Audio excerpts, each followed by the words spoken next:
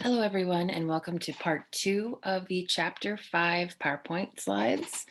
Because it's such a big chapter and so many slides, I'm breaking this up into chunks for you so you can engage with this material a little bit at a time. Hopefully it's not quite so overwhelming. That's also why we have 2 module weeks to go through this chapter, because it's pretty, there's a lot here to work on, look at, think about. So let's start with grouping. So how do we do grouping? Especially when we're talking about working with discrete trial training type of teaching, or many of the strategies or milieu even can be very individualized. So how do we look at this in a group dynamic, which we often need to do in our classrooms? Um, we know that one-on-one instruction is often recommended for students with autism, especially if you're using that intensive ABA discrete trial training, but you can also use small group situations to help students learn. And as a classroom teacher, that certainly will help you manage your time and your students more effectively.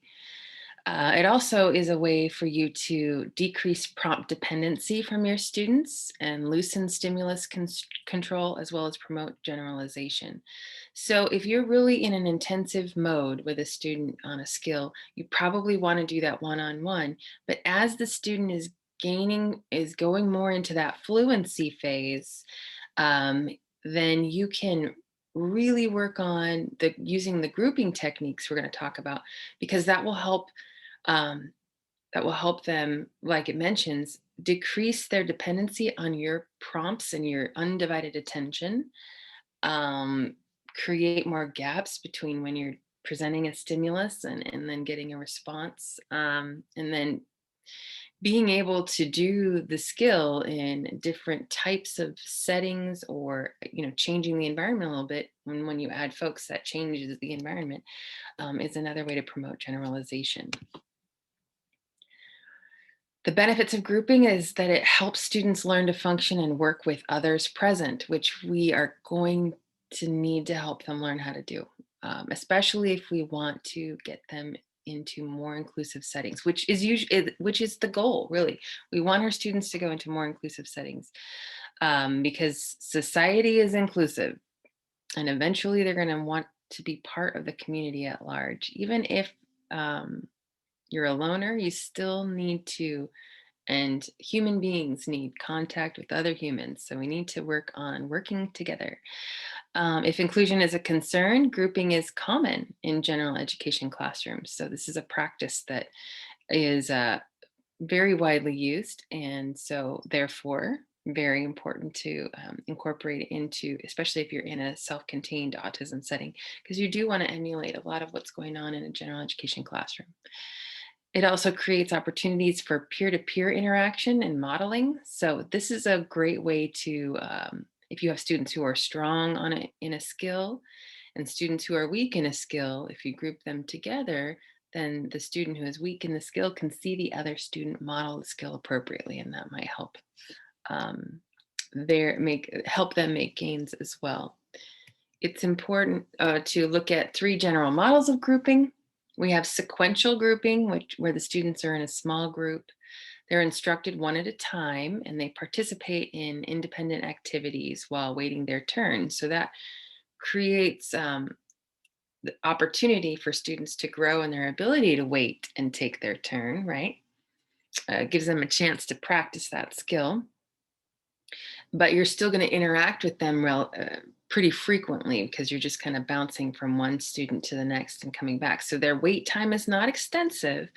It can grow, obviously, as you work on that, but you're still embedding that one-on-one instruction. They're still getting that close focus, but it does also practice that taking turns and waiting. Concurrent grouping is the method where students are in a small group are required to listen and respond in unison, so more like a choral response. This would emulate more of a whole group style lesson, but you're doing that in a smaller setting. That way you can still give more individualized instruction and response and reinforcement. Um, but it is a way to sort of get them used to that format as well. And then we have tandem grouping, where students receive one-on-one instruction, and then you systematically add students to the group to make it a larger group, because hopefully eventually you want to get them to be able to sit through a whole class-based lesson. Um, the important thing to remember here is, even though you're working in a group, you still need to be collecting data on each student's progress on whatever it is you're working on within that group. So there will be in Folio a downloadable version of the data form that's actually shown on page 140 of your text. It's a group lesson data sheet. So if you're struggling with how you would format a data sheet that would include all those things, there's an example for you that you can take and tweak and make you work for you, obviously. The other thing we really want to we talked about 4 big teaching strategies.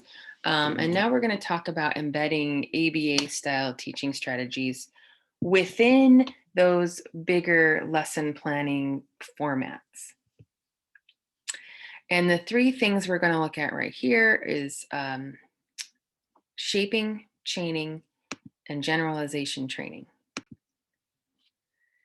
Shaping is a reinforcement strategy for teaching the student to gradually achieve the desired response by, here it says, strengthening successive approximations of that response. That basically means you reinforce for each minute step closer to what you want them to actually do.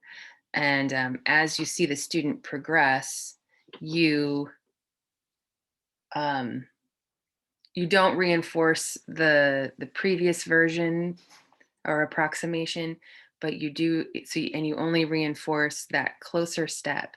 So with shaping, you do have to really define what the target behavior is, and where the student is at baseline, and thinking about, that trajectory from one to the other. What are kind of the mini steps to get them to that final version that you're going to need to take? And you're going to start here, and you're going to shape their behavior. You're going to reinforce, them getting closer to or at that first little mini step. And then once they get here, you don't reinforce that one anymore. You start looking to the next level. So it's you always trying to kind of push them a little bit higher till they get to that final step. That's shaping. The text goes into a lot more detail about that process. So make sure you take a look at that closely. That's a big part of what you're doing in and throughout all of your instruction for students. Chaining is a method for combining several different response steps into a complex behavior or an overall task. So when we think of chaining, that's really more when we're looking at task analyses. We're teaching a series of steps to do something like tying a shoe, washing your hands. It can even be broken down to, how to write a letter, how to write an essay. And then chaining is a way to teach those steps in the task analysis. So we'll go into that more in a minute. And then generalization training, that's that kind of final step, right? When we need to teach the student how to apply the skills they've learned in your, individualized or small group instruction or in your classroom to a different setting, or with other people, or with other tools. It's somehow you're changing the overall makeup of the task. And we do want to, that's the ultimate place we want to get to, because we need to teach generalization. Our students typically are not going to transfer and generalize on their own. So we need to have a plan for that, for directly instructing them on that. So let's dig into chaining a little bit here. Chaining is generally taught using one of these 3 methods. We have forward chaining, where you divide the task into components and then teach each step in order from step 1 to the last step. So for example, if you're teaching a student how to tie a shoe, you would start with the very first step, which would be, I would say, grabbing those 2 laces, right? And then maybe you would teach them and work with them very, very intensely to do that first step on their own, and then you would sort of full physical prompt them through the rest of the process until they get that first step learned, and then you go to like the second step, and then so they do steps 1 and 2 on their own, and then you help them with the rest, and so on until they've learned the whole thing. Backwards chaining is the reverse of that. So when you're teaching, again, like tying a shoe, you would hand over hand go through all of the process of tying the shoe, except for maybe that last pulling of the 2 loops to tighten it. And that would be what you have the student do independently, because you're teaching them. You can, right after that, you can reinforce them. It's super reinforcing because they've done the final step. They don't have to wait to get the result of this experience. um, so sometimes it's more rewarding. So if it's a task that might be tedious for a student, or one that's really hard to get them motivated and engaged in, you might want to start with backward chaining, because you get them quickly to that last piece, and you can get excited and have the party about that thing being done.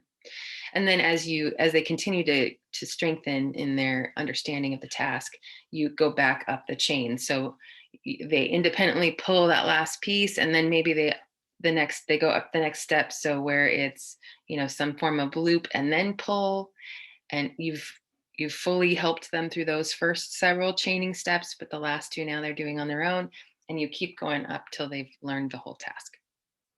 Total task presentation means you teach the task in its entirety every single time. So you go through maybe a least to most prompting with each step, or a most to least prompting, depending on how you want to do it. But you're working on them really, really learning and completing the skill at each step along the way. And so there's benefits to each. A lot of it is based on the type of skill you're teaching, as well as the student and his or her motivation to complete a task, or how quickly they pick up on different steps. So sometimes you need to do a little experimenting with that to see what will work. And your text gives a lot of helpful tips in that area as well. All right. And there's also going to be a task analysis form that you can use. It's a really, it's actually kind of a handy form, because you can graph while you take data on that task analysis. So look at the way that's formatted in the text, and then I'll also provide a version that you can download and adapt for your own classroom use. All right, let's talk about generalization training.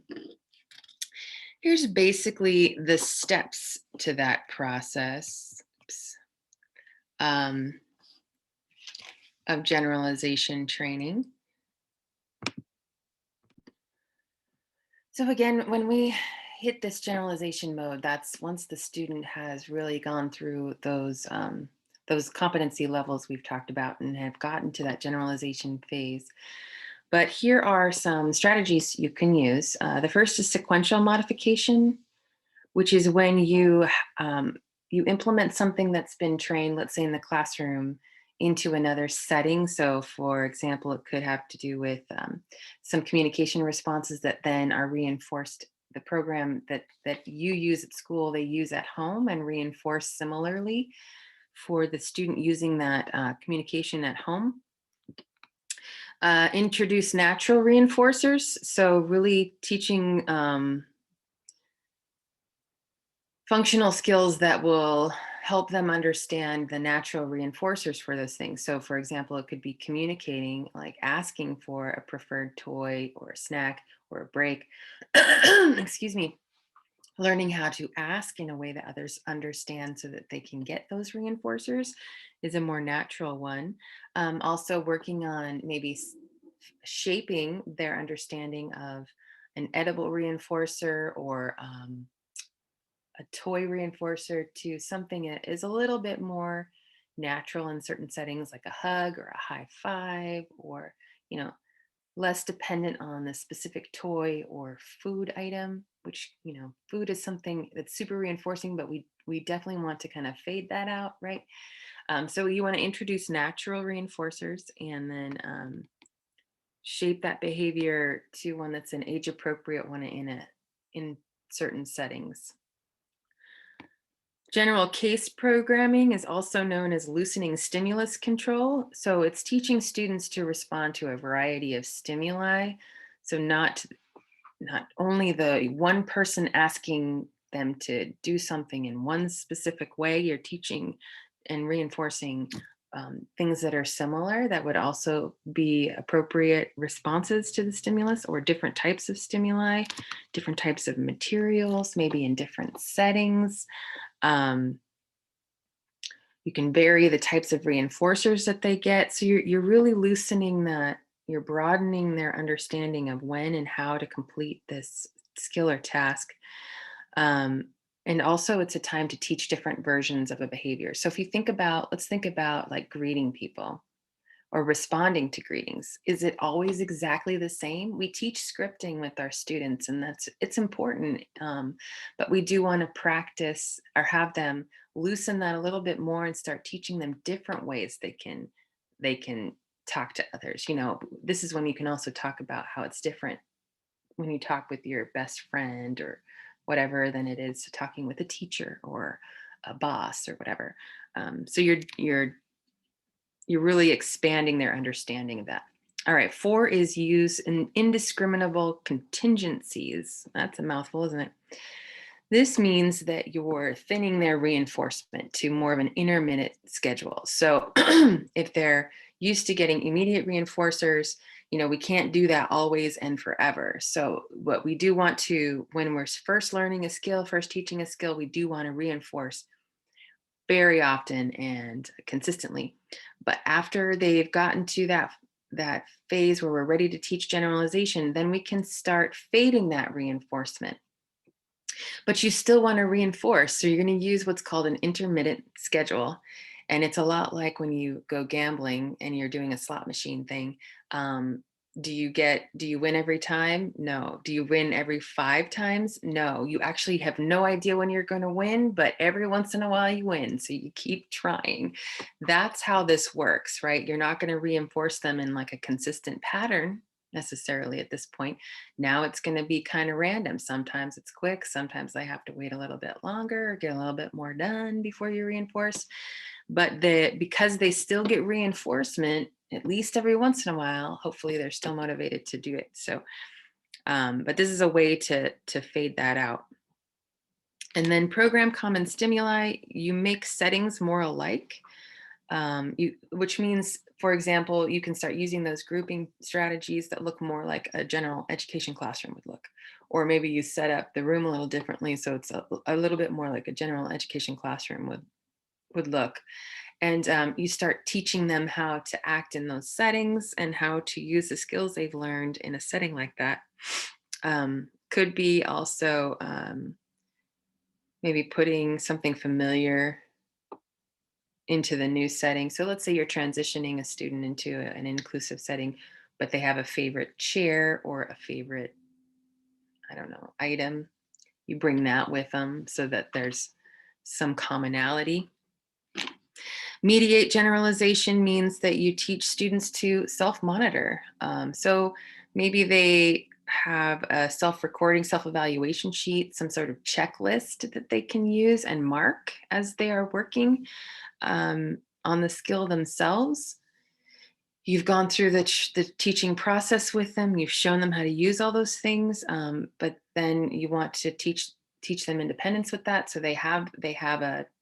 It could be on a device. It could be a hard copy of something. It could be a laminated something, but it's maybe a checklist or a task list of what they're supposed to do, and they can take it to different settings and complete it in those settings. But they're also taking ownership of that, which is really important. And then train to generalize, which means you provide reinforcers for generalized behavior. Um, so you've taught them a skill in your classroom, and you see them demonstrate it in another setting, then you're reinforcing it. You're making sure you're super reinforcing it in another setting. because we want the student to understand that they can and should do this skill, perform this skill, even outside of the classroom, right? So those are some strategies for generalization training. Now let's talk about structuring the physical environment of your classroom and how that affects our students, because it deeply does. So our learning objective for this section is that you'd be able to list several strategies for organizing a classroom to communicate student expectations. You want to begin by arranging your classroom to communicate your expectations. Our students definitely benefit from predictable schedules and understanding of what's supposed to happen next, kind of a defined spaces where they can understand what's expected in those spaces. Um, you can arrange your desks, chairs, so on to really communicate what types of time demands and procedures are involved, what curriculum happens there. You know, this is the centers section, so we do the centers things independently over here. This is our break section or our reading section of the classroom. The expectations of that are that you can sit on these things during that time and you can read these books or whatever. Um, you can organize your areas according to activity and curriculum to be delivered, and then clearly delineate physical boundaries and expected behaviors. A lot of times teachers will use, colorful tape that to frame that space so students know exactly when they're entering that other zone. And then you need to have either visual expectations in those spaces or that's something that you go over all the time with them. So when we're in the reading room, or the cool down area, you could have a picture based or even just a list of what are the expectations in the cool down area. Is there a time frame that they're there? Are they allowed to talk? What's the volume? Where do they sit? Those are the things you want to describe and make sure you review, but also have some visual reminders of that. So whether it's a list of those rules or a picture-based list of those rules, that would be really important.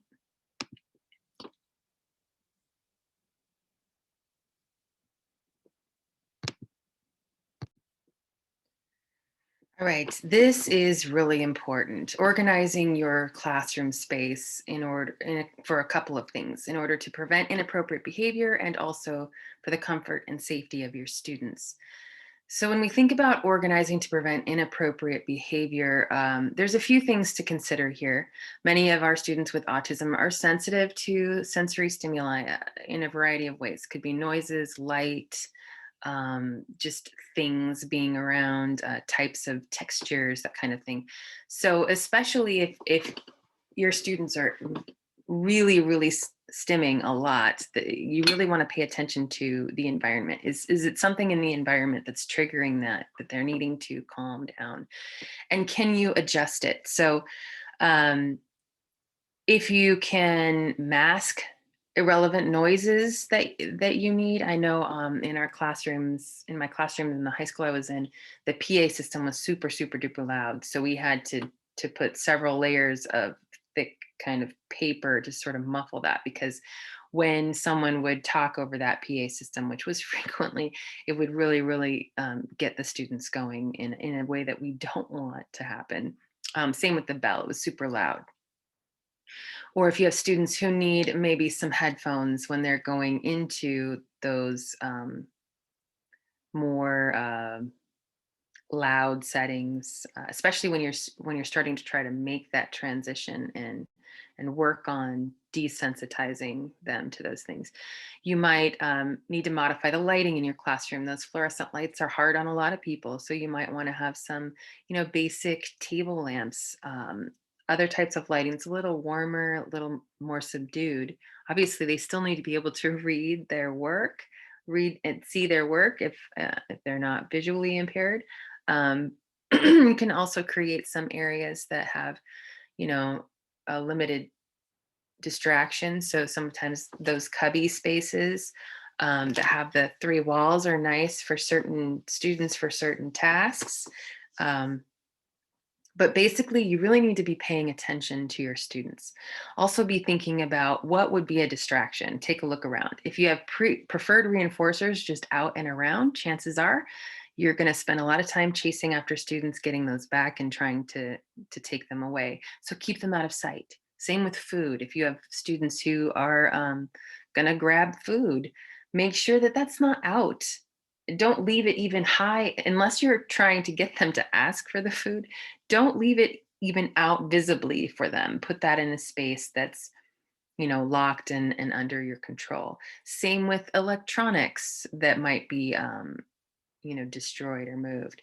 If you have a runner, try to sort of maybe put some desks or file cabinets in a way, not in front of the door so they can't get out, but like kind of blocking the straight path so that there's some moving around that the students are going to have to do. That way you could possibly sort of kind of get in their way before they get to the door. These are things that you want to think about and observe. You should be able to get to any point in your classroom within 3 seconds. So take a look at the pathways. Also be thinking about students in wheelchairs or using different crutches or a variety of things like that. Do you have space for them to maneuver? So be thinking of all of those things. You want to set the room up for success to begin with, um, and not just don't have the things out that you realize, and you'll learn to pretty quickly, hopefully, when students start engaging in those inappropriate behaviors. You're like, okay, I need to keep this locked up somewhere else, or I need to change the desks a little bit. And you don't want to keep changing your classroom around too much, because you don't want that will create anxiety for your students. And so if you are going to change something, you might want to let them know before you do it. But be thinking about those things when you're setting up your room and setting up your different spaces in your class. Or even when a student's in a gen ed environment and you're co-teaching, how can you suggest certain changes for the teacher in that classroom that might support the student more? A lot of teachers like to have, especially in elementary, have lots of stuff going on everywhere. And sometimes that can be really, really distracting, not just for students with autism, but for students with ADHD as well. So there might be a situation where you could suggest reducing some of that extra stuff, um, and maybe making it a little less distracting in there. Some things to think about. And organizing for comfort and safety. Everyone should be comfortable in the classroom. So really make it a warm and friendly environment. As you do want to eventually start sort of pushing your students to expand their tolerance of this general stimuli. So once they feel comfortable and safe, then you can start introducing some of the things that um, that tend to trigger them, the things though that they will be exposed to in the real world. So perhaps once they're working really well, you start to introduce that fluorescent light for 5 minutes a certain time of the day, and maybe you can lengthen that here and there. Or trying to get them to the cafeteria, you're doing a lot of prompting about that. Maybe you take them a little bit early so they're there when it's quiet, and you put them in the kind of the quieter section, and then they can be there as students start coming in. And eventually, you work on desensitizing them to that, like, reaction to the stimuli over time. But that's a slow process, everybody. You don't want to jump to that, and then you take your student completely out of comfort and safety. All right. You want to, of course, avoid excessive temperature. Make sure your students have easy access to the bathroom. I mean, yeah, there's procedures for that, of course, but um, teach everyone to put things back where they belong when they're done with them, so that you have kind of a clear path everywhere. Make sure you're communicating expectations for students. They're just going to feel safer if they understand what it is they're supposed to do and what's going to be happening next. Now let's talk about structure through routines and schedules. The learning objective for this section is that you'd be able to explain the benefits of both whole class and individual schedules and give several examples of ways to use visual supports in your classroom. As you are, I'm sure know, as you, I'm sure know at this point, students with autism seem to prefer routines and structure, and they get pretty distressed if those routines are disrupted, especially if they had no prior warning. Some students with autism actually build their own routines if one is not imposed upon them. So you might see that develop for some students, and so then they become sort of dependent on their determined routine. So be very careful in deciding what procedures you establish in your classrooms. You want to make sure they are manageable, that they make sense to eventually transition to kind of a real world version of a routine or procedure. You also can provide some cues to help them determine how that routine works, right? Some visual schedules, some timers so they know something's done, giving them an idea of how much time they have to complete a task. Um, Maybe there's a song and they know at the end of the song this thing is done. It could be your transition needs to be like you need to be in your seat by the end of the song. This is how we transition. Um, Peer models can help with that, like they're watching for when the peer takes the tray back to the counter in the cafeteria, they know, oh, it's time to take my tray back and do that. So be thinking about setting up cues that will eventually be more naturally reinforcing for them. And because we know they may become distressed when those procedures change, keep in mind, or those routines change, if at all possible, you want to give prior warning when something is going to be different. Like if you know you're going to have a substitute the next day, you know you're not going to be there. Or if you know that some the schedule for the next day is going to be weird because there's an assembly or there's a special person coming to visit. You want to share that the day before or even several days before so students are ready for that. A lot of times when my admin knew a fire drill or something was going to happen, they'd try to let us know so we could kind of give kids a heads up. I know that's not totally realistic for if there's a real fire, but I don't, if you have not worked with students who get really freaked out whenever that alarm goes off, it can be pretty upsetting. So try to think about and work through that with your administration as well. All right, so establish routines and procedures for your class or the class period, even if you're in a co-teaching environment. This is important. A lot of students, really it's good teaching here to teach and establish routines and procedures, especially when you begin a new school year or semester. Go over how students are supposed to enter and leave the classroom. Like you explicitly teach them that. What does it look like? What does it not look like? You can have students check their individual schedules and choose their own activities. You want to provide some onus for the student to take some control over their own lives. It's an important piece. And then establish routines for transitions, what they're supposed to do when working, when playing, when toileting, when eating. All of those look different. They have different sets of rules and expectations. So teach those. Teach those. Maybe have visual reminders of how those work, and practice it. Go over it. Review it. If you see that once you thought you were at a fluency or beyond stage, we see some fallback on that, you're going to have to stop and teach it again. You want to establish a routine for each daily transition and activity. Teach the students top down and left to right routines. So if it's a task list, that's that kind of top down.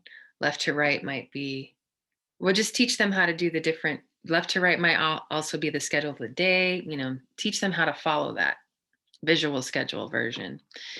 Establish waiting routines. We need to work on waiting skills for most students. So embed that within. Teach finishing activities and tasks. For example, there's a finished box for concrete objects. So they know when they get to this soda can or something that they finished with the task. A picture activity schedule in a notebook with finished pictures to Velcro over pictures of completed tasks. So they know when they've finished each step, right? There's a picture activity schedule and a finished box. So you get through the activity schedule, then they can go into that finished box. Maybe because that's their reinforcer for completing the task. And these are picture based. If you're working with kids on the higher end of the spectrum, you can just have a text list, even a checklist for them to use. And then at the end is perhaps whatever the reinforcer is. So, time on their phone, time listening to music, something age appropriate and appropriate for that classroom and the student, but, similar idea. When you're talking about whole class schedule, there's a lot of things to consider, especially if you have students coming in and out during the day, going to different classrooms at different times. And a lot of times, you have a bunch of students in your room at once, and they all need to work on different skills during that time. So you need to think about all of these pieces. It's kind of a big puzzle to put together. You want to think about the length of the teaching sessions that you have and what you can get done within that time frame.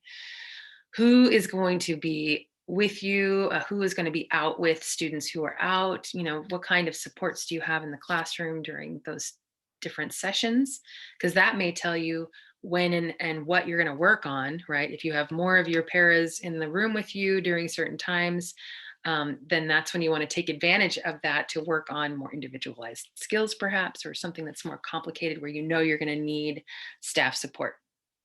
When is recess, lunch, snack, toileting breaks, especially if you're toilet training students, that's really important to build into your schedule. So, again, you'll need to know who's helping students do that and what's going on with the rest of your students. Number of students scheduled with each staff member, out of class activities that might be happening. All of those things you need to consider when designing your whole class schedule. Here's a sample on your text, and this is from your text as well, of a whole class schedule organized by teaching adults. And there's lots of different ways to do this, by the way, but they set it up with times on the left, and then each personnel person's name and what they're doing. This is great too, to work with your paras, or to provide to your paras so they know the expectations, right? What they're doing and who they're working with throughout each time period. And this is a really great way to work closely and collaborate with your paraprofessionals across the day. And when you're trying to manage all the different activities and schedules of your students and the things that you need to get accomplished. It's really easy it's just a basic table. You can easily set something like this up for your classroom. This one is organized by student. So in my classes, I did kind of a combo. I would do several schedules. I would have that personnel version. I would also have a child version or a student version, and as well as just kind of my own class schedule version.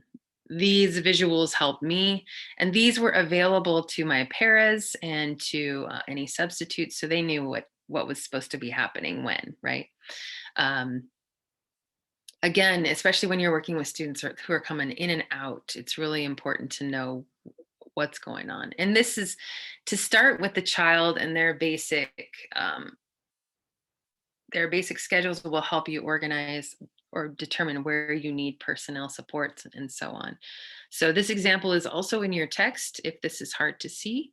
It's on page 155, figure 5.8, sample classroom schedule. And typically you want to start, the easiest place to start is with those built-in lunch periods, recess times, the stuff that is kind of controlled by the overall school and not necessarily determined by your classroom.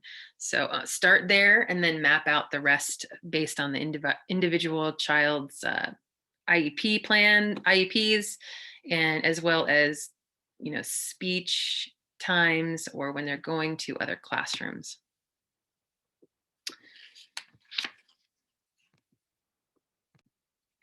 Once you have your own classroom schedule sort of set up, what you want to then do is work on teaching students to individually monitor their own activities and schedules. Because honestly, eventually we're all going to have to do that. But it's beneficial in many ways. It helps our students with autism because then they really understand what their schedule is and the routine and the expectation.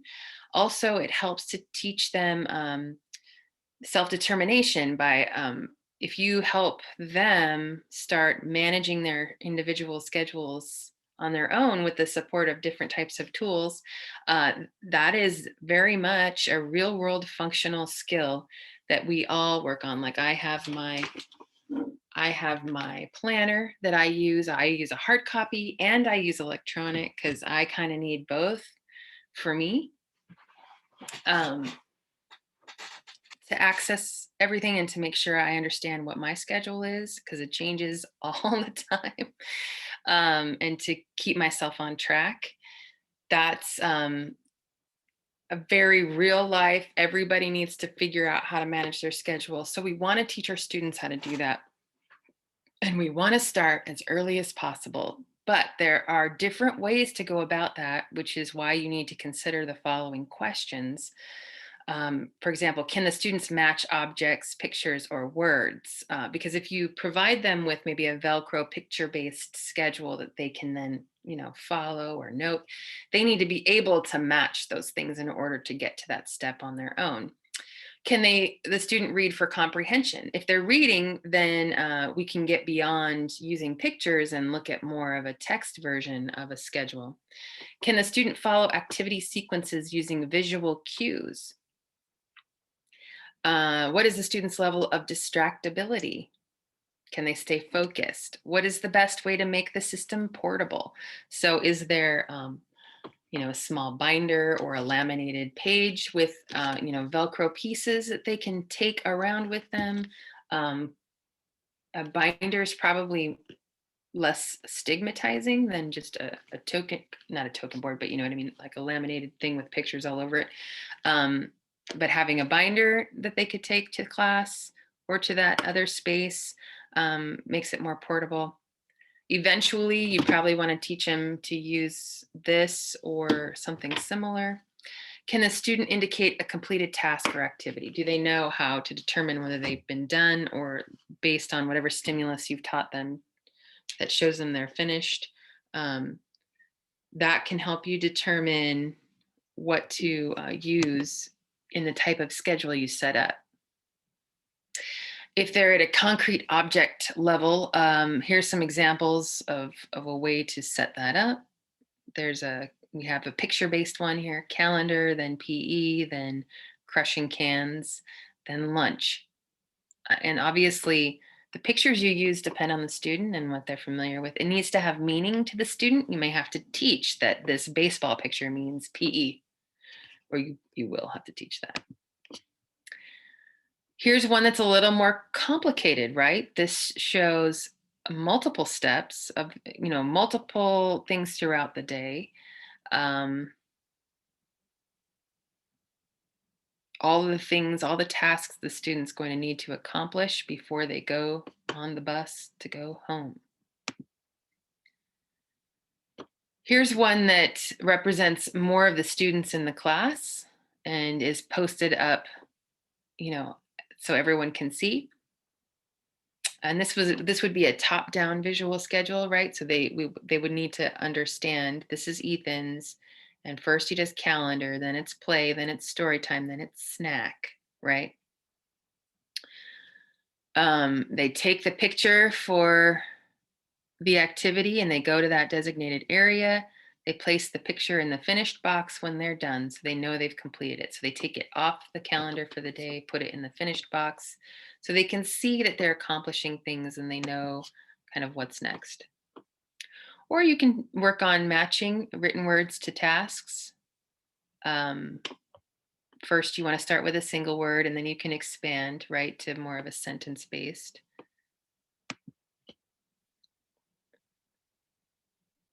Here's another sample visual schedule of things they need to remember to bring to school, right? When they're leaving, make sure you remember your backpack, your jacket, your lunchbox, your hat, your notebook, your mittens, your money, whatever it might be.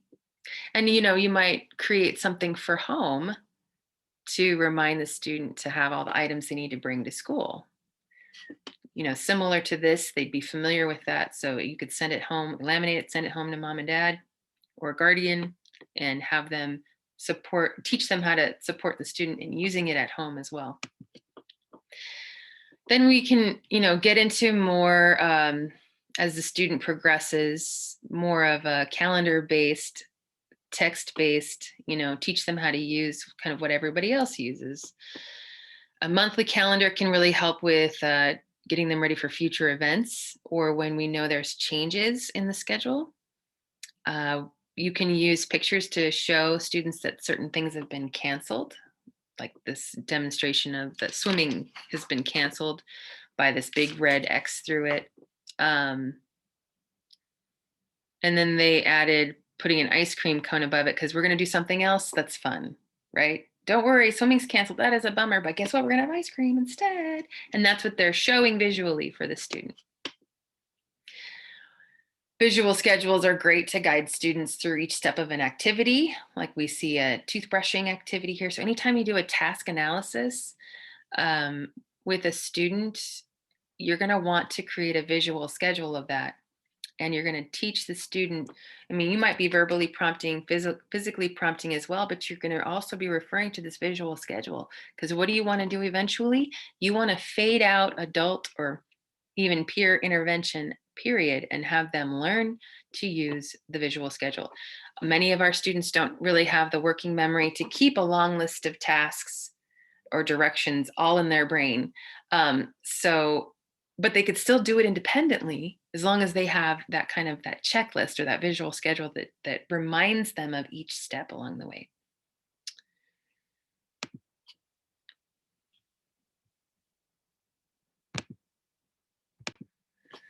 All right, we're going to keep powering through. Obviously, if you need a break in these videos, pause whenever you need to. That's the beauty of this, right? You can pause and come back to this section. But we're going to carry on because this is really related to, it really closely relates to what we've been talking about a lot in this section, and it's structure, right? So now we're going to talk about structuring through materials. Define our learning objective for this section is that we'd be able to define a workstation and list its essential components. Okay. Work systems really inform the student what they are supposed to be doing and help provide cues for what kind of tasks they're supposed to do, how much work they're supposed to do, when they're done, and what happens after.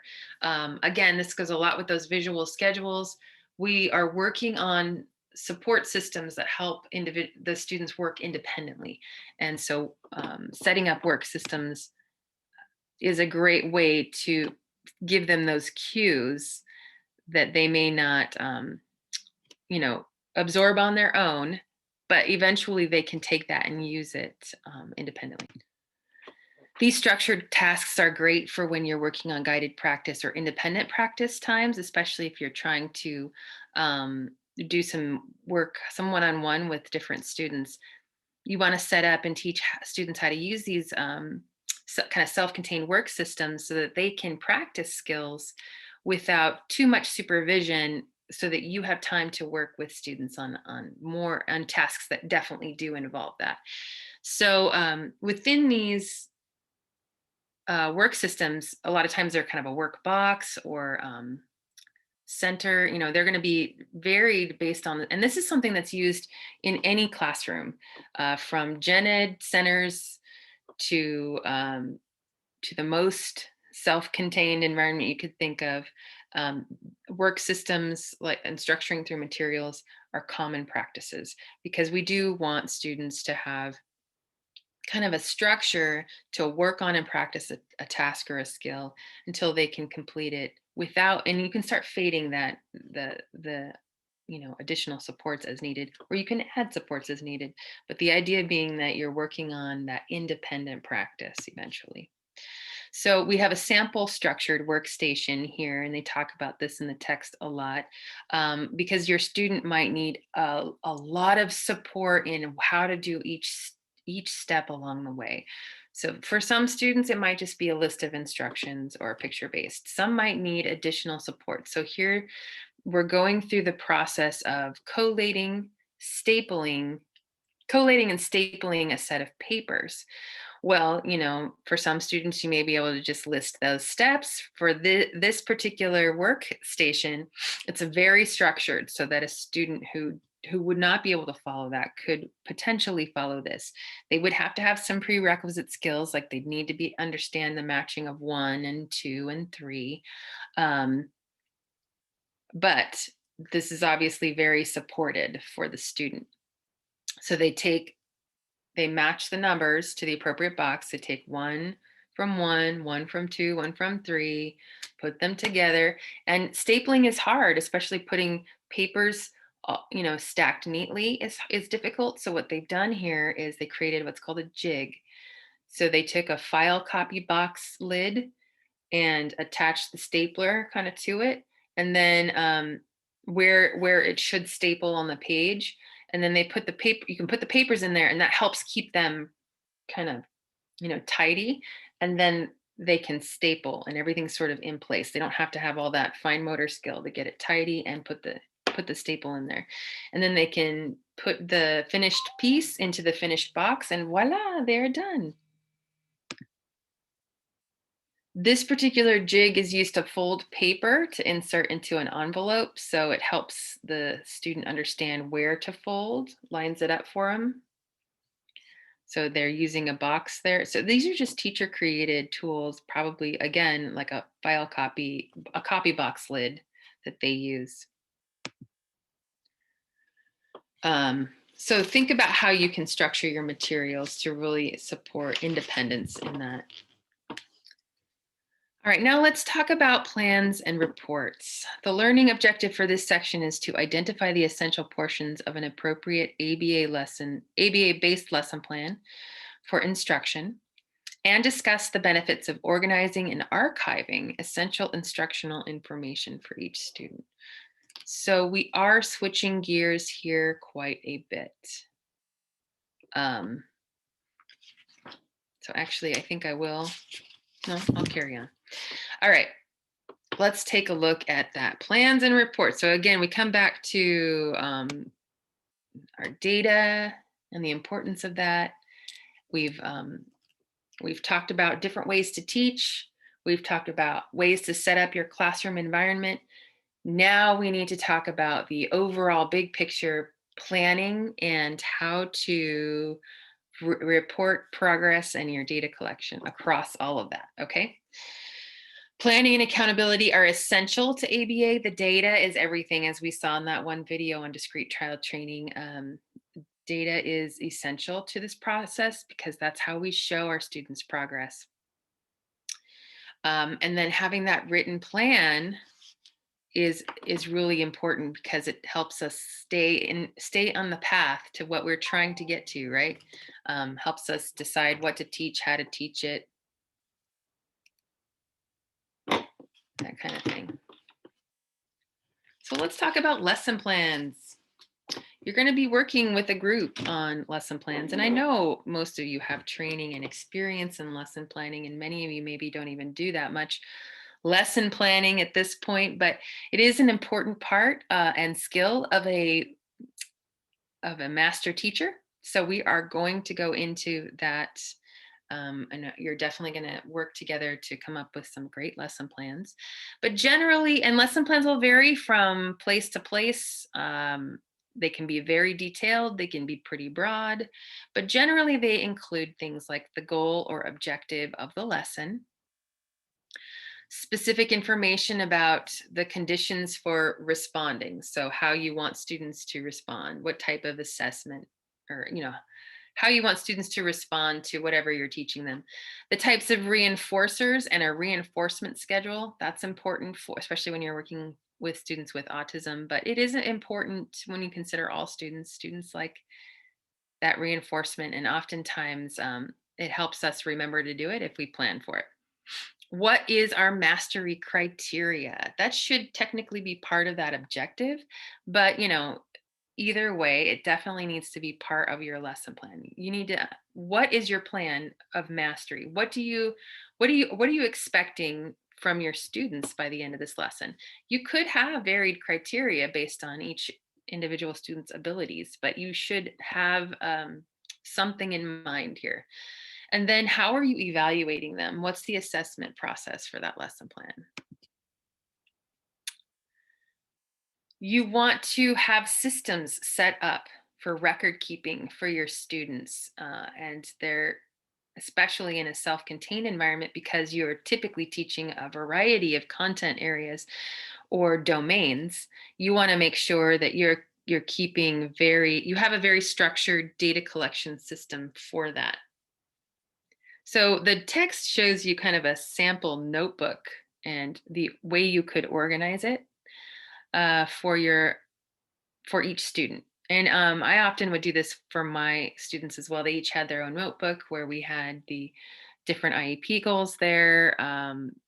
That's where you can collect your work samples for when you are doing an IEP, where I kept our data collection tools. Um, and this is great too for when you have other folks coming into your classroom who might be working with students. Paraprofessionals can use it. If for especially in the days of COVID, if you were out for illness or whatever, this is all here, ready for whoever needs to be in there. So they don't have to start from scratch. They have an understanding of what's going on. You could do this digitally, create, e-portfolio kind of things. The hard copy is nice though, because of, we know technology can really disappoint us sometimes. There's lots of ways to do it. This is just an example of a way you could. And, we've talked about several really good teaching strategies to use throughout your instruction, but you really need to have an ongoing reflection and evaluation of those strategies and whether they worked. Um, because sometimes things work for you better than others. And honestly, that'll change too, based on the students in your class. You're going to have to mix it up a little bit. It's important that you're really reflective on how each lesson went. Make a toolbox if you don't have one, that includes ways that you monitor progress, things that you've seen that you think, oh, that would be great. I don't really have a student that would fit now, but I could see that being beneficial, or I wish I'd had that when I had that student. Oh, you might have a student like that again. So collect those things, um, and then try to set up a system that you use consistently. You'll have to tweak it to make it work for you, but honestly, if you sit down and figure out how can I set up my space, my plan to take regular data, to provide a structured environment, to reflect on how that works. How can I make this the most efficient process I can? So there's kind of a lot of thinking and setting up at first. You will definitely have to do some tweaking. It's going to be an ongoing thing. You might try something that doesn't work and you'll have to change it a little bit. But honestly, in the long run, if you set this up like this, you're going to really be able to demonstrate effective teaching practices. All right, our summary wrap up of chapter 5. Students with autism learn best in the following ways. We know this from research. Structured, predictable conditions. They promoted by highly structured lesson presentations. That's why you do need to plan. You need to lesson plan. Often intensive one-on-one formats are needed to teach certain skills. With predictable physical arrangements, we can help cue students for the types of learning behaviors and compliance that we expect in those situations, which will help with your overall classroom management. Teachers can develop discriminative stimuli for appropriate behavior and learning through visual supports, schedules and routines, and the teaching materials that you use. Regular data collection and evaluation are super important for effective instruction. You need to know whether it worked. Did your students meet the mastery criteria? If not, what do you need to reteach? High structure and intensive instruction helps with fluency and skill acquisition. You can be very targeted, right? If you know the plan, you're not bouncing all over the place and you know, confusing students and so on. That structure our students need will help you actually uh, provide a path to greater progress for your students. Lower structure is acceptable for skill maintenance. So when we get to a maintenance phase, you can start lightening up on some of that structure because we want to help them generalize. Generalization enhanced by various structured applications and then loosened over time, right? Eventually, we want to fade that prompting and supports or provide them and teach them a method that they can self-monitor because that is more functional for their future. Thanks all for tuning in and listening to my long rambling overview. I hope you enjoy the chapter. There's a lot here. But there's a lot here that will help you as a teacher in your path to greatness. All right. Take care, everyone. And best of luck implementing a lot of these new practices.